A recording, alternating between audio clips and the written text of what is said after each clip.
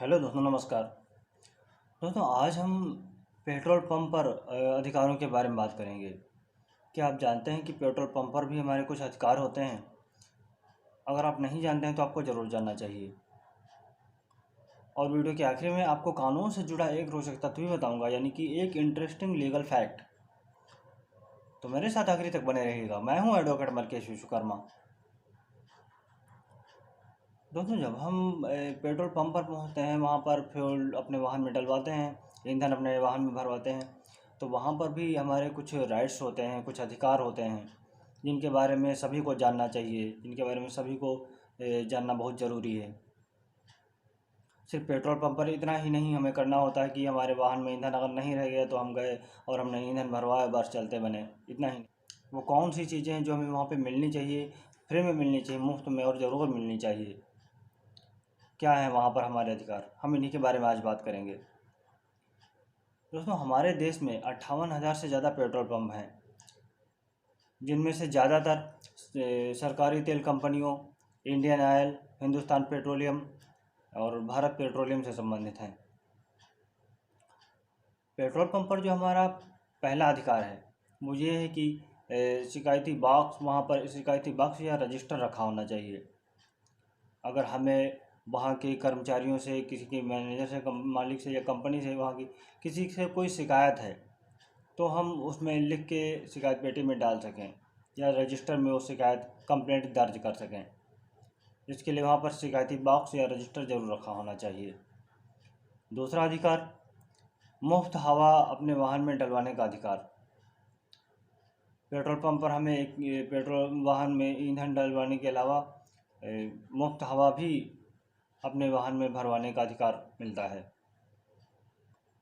ये अधिकार भी पेट्रोल पंप के द्वारा हमें दिया जाना चाहिए। तीसरा जो अधिकार है वो पीने के पानी की व्यवस्था होना।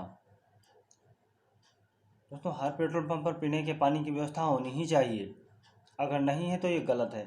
चौथा अधिकार है वो शौचालय की व्यवस्था होनी चाहिए और उसका प्रयोग किए जाने का हमें अधिकार मिलना चाहिए।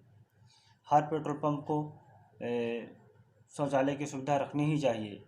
पांचवा अधिकार, फ़ोन कॉल की सुविधा होनी चाहिए। अगर हम फ़ोन करना चाहें, हमारा ज़रूरी नहीं कि हर किसी के पास फ़ोन हो या किसी का फ़ोन काम ही कर रहा हो। अगर फ़ोन की ज़रूरत पड़ जाए, फ़ोन करने की सुविधा, तो फ़ोन की सुविधा ज़रूर होनी चाहिए पेट्रोल पंप पर, ताकि हम वहाँ से फ़ोन भी कर सकें अगर इमरजेंसी कोई ऐसी पड़ जाती है तो। छठा अधिकार जो है वो है फर्स्ट एड बॉक्स या प्राथमिक चिकित्सा बॉक्स का होना और उसका इस्तेमाल करने की अनुमति होना। हर पेट्रोल पंप पर प्राथमिक चिकित्सा बॉक्स रखा होना चाहिए। प्राथमिक चिकित्सा बॉक्स की सुविधा होनी ही चाहिए। अगला जो अधिकार है वो है फायर सेफ्टी डिवाइसेस का इस्तेमाल करने की सुविधा होना। फायर सेफ्टी डिवाइसेस का होना और उनकी इस्तेमाल की अनुमति होना, ये भी हमारा अधिकार है। अगला अधिकार जो है वो पेट्रोल पंप मालिक या कर्मचारी से बिल पाने का अधिकार है। दोस्तों, हमें बताया जाता है कि हम जैसे कुछ सामान खरीदते हैं, किसी दुकान पे जाते हैं, कुछ सामान खरीदते हैं तो बिल ज़रूर लेना चाहिए, ये हमारा अधिकार बनता है। उसी तरीके से अगर हम पेट्रोल पंप पर जाते हैं तो वहाँ पे हमें अपने वाहन में केवल ईंधन हमने भरवा लिया और चलते बने, ऐसा नहीं होना चाहिए। अगर हम बिल भी हमें पाने का अधिकार होता है। अगर हम पेट्रोल पंप के कर्मचारी से, एजेंट से या मालिक से अपने वाहन में ईंधन भरवाने के बाद बिल मांगते हैं तो वो इसको देने से इनकार नहीं कर सकते हैं। अगला जो अधिकार है वो ईंधन की गुणवत्ता जांचने का अधिकार होना चाहिए, कि हमें जानने का अधिकार होना चाहिए कि हमारे वाहन में जो ईंधन डाला जा रहा है, पेट्रोल या डीजल जो भी डाला जा रहा है, जो भी भरा गया है, उसकी गुणवत्ता कैसी है, क्या वो वास्तव में अच्छा है, सही है। आपको बता दें कि अगर आप गुणवत्ता जांचना चाहते हैं तो कैसे जांचें।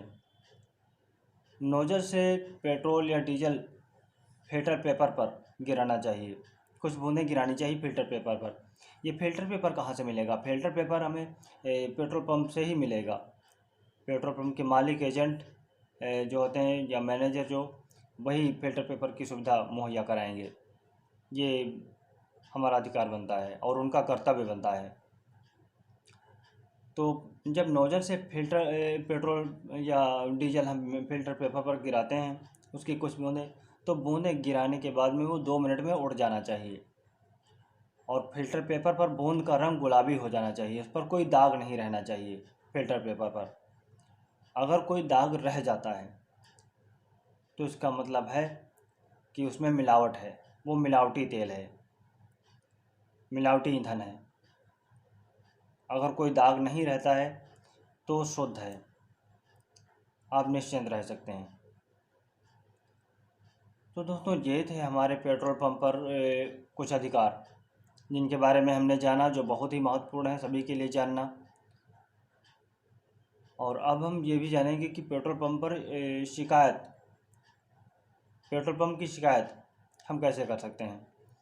दोस्तों अगर जो मैंने अभी अधिकार आपको बताए वो नहीं मिलते हैं या कुछ आपको गड़बड़ी मिलती है, जो आपको गलत लगता है, आपके साथ में बुरा बर्ताव किया जाता है या ये सुविधाएं नहीं मिलती हैं, तो आप पेट्रोल पंप की शिकायत कहाँ पर करें, कैसे करें। पेट्रोल पंप की शिकायत एक तो आप ऑनलाइन कर सकते हैं। इसके लिए पोर्टल है pgportal.gov.in। मैं फिर से बता दूं pgportal.gov.in पर आप ऑनलाइन शिकायत कर सकते हैं या फिर पेट्रोल पंप के मालिक से या मैनेजर से आप सीधे बात कर सकते हैं। वो हैं ऑफिस में तो आप ऑफिस में उसके पेट्रोल पंप के में आपने देखा होगा कि पेट्रोल पंप पर उनका ऑफिस भी बना होता है, वहाँ पे जाके आप ऑफिस में उनसे बात कर सकते हैं। अगर वो ऑफिस में नहीं है तो आप कांटेक्ट नंबर लेकर भी उनके कर्मचारियों से, एजेंट लोगों से, या वहाँ पर लिखा भी होता है, कांटेक्ट नंबर लेकर भी उनसे सीधे संपर्क कर सकते हैं। तो दोस्तों ये थे कुछ ज़रूरी बातें, पेट्रोल पंप पर आपके अधिकार क्या होने चाहिए, क्या होते हैं, इनके बारे में हमने जाना। ये बहुत ही ज़रूरी हो जाता है हर किसी के लिए जानना। और अब हम जानेंगे एक इंटरेस्टिंग फैक्ट, एक इंटरेस्टिंग लीगल फैक्ट, कानून से जुड़ा एक रोचक तथ्य। दोस्तों जैसा कि हम जानते हैं कि नॉर्थ कोरिया बहुत ही अजीबोगरीब नियमों से एक भरा हुआ परिपूर्ण एक देश है। नॉर्थ कोरिया में एक ऐसा ही बहुत ही अजीब कानून है। वहाँ के कानून के मुताबिक वहाँ पर एक ही व्यक्ति को चुनाव में एक ही व्यक्ति को चुनने का विकल्प होता है। यानी कि अगर आप नॉर्थ कोरिया में रहते हैं तो आप चुनाव में एक ही व्यक्ति को आपको चुनना होता है। ऐसा वहाँ पर 1948 से ही होता आ रहा है। एक ही परिवार का वहाँ पर शासन है, वहाँ पर तानाशाही है और एक ही परिवार शासन करता है देश पर। दोस्तों ये बड़ा ही हास्यास्पद है। दोस्तों उस वीडियो के बारे में, इंटरेस्टिंग फैक्ट के बारे में आपको जान के कैसा लगा, कमेंट बॉक्स में ज़रूर बताइएगा। अगली वीडियो आप कौन से टॉपिक पर चाहते हैं ये भी बताइएगा। इससे हमें एक क्लू मिलता है, एक आइडिया लगता है क्या है आपकी ज़रूरत। ज़रूर बताइए कि अगली वीडियो आप कौन से टॉपिक पर चाहते हैं। और इस वीडियो में मेरे साथ आखिरी तक बने रहने के लिए आपका बहुत बहुत धन्यवाद।